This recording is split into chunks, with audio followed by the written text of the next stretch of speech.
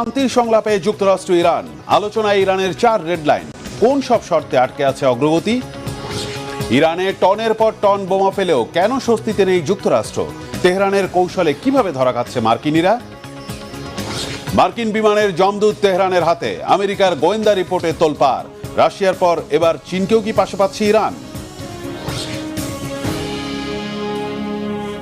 আসসালামু আলাইকুম, দেখছিলেন বাংলাভিশন ওয়ার্ল্ড নিউজ হেডলাইন।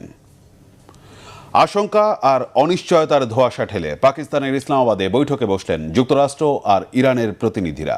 উদ্দেশ্য ইরান যুদ্ধের অবসান আর স্থায়ী যুদ্ধবিরতি।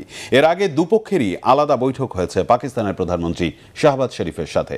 বিভিন্ন দেশে বাজেয়াপ্ত ইরানের সম্পদে নিষেধাজ্ঞা প্রত্যাহার, হরমুজ প্রণালীতে তেহরানের অধিকারের স্বীকৃতি সহ 4টি রেড লাইন পাকিস্তানের কাছে হস্তান্তর করেছে ইরান।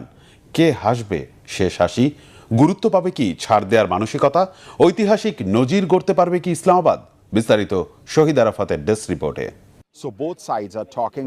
মধ্যপ্রাচ্যে শান্তি ফেরাতে মোড় ঘোরানোর এক পদক্ষেপ। পাকিস্তানের মাটিতে নজিরবিহীন এক বৈঠকের ঘটনাস্থল ইসলামাবাদ। কাটতে শুরু করেছে প্রায় গোটা মধ্যপ্রাচ্যকে ছেয়ে ফেলা হতাশার কালো মেঘ।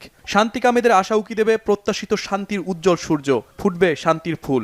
সুযোগ বুঝে শর্তে অটুট থেকে সমাধান আদায়ের জোর তৎপরতায় ব্যস্ত যুক্তরাষ্ট্র আর ইরানের প্রতিনিধিরা। এমন অবস্থায় দুই পক্ষের পাল্টাপাল্টি শর্তের দূরত্ব কমিয়ে সুখবর দিতে পারবে কি পাকিস্তান? কারা হাসবে শেষ হাসি? ঐতিহাসিক নজির গড়তে পারবে কি ইসলামাবাদ? শনিবার শুরু হওয়া শান্তি আলোচনায় ইরানকে নেতৃত্ব দিচ্ছেন দেশটির পার্লামেন্টের স্পিকার বাগের গালিবাফ। যুক্তরাষ্ট্রের পক্ষ থেকে নেতৃত্বে আছেন দেশটির ভাইস প্রেসিডেন্ট জেডি ভ্যান্স। এছাড়া উপস্থিত আছে পাকিস্তান, ইরান ও যুক্তরাষ্ট্রের প্রায় শতাধিক শীর্ষ নেতা। বৈঠকে উঠে এসে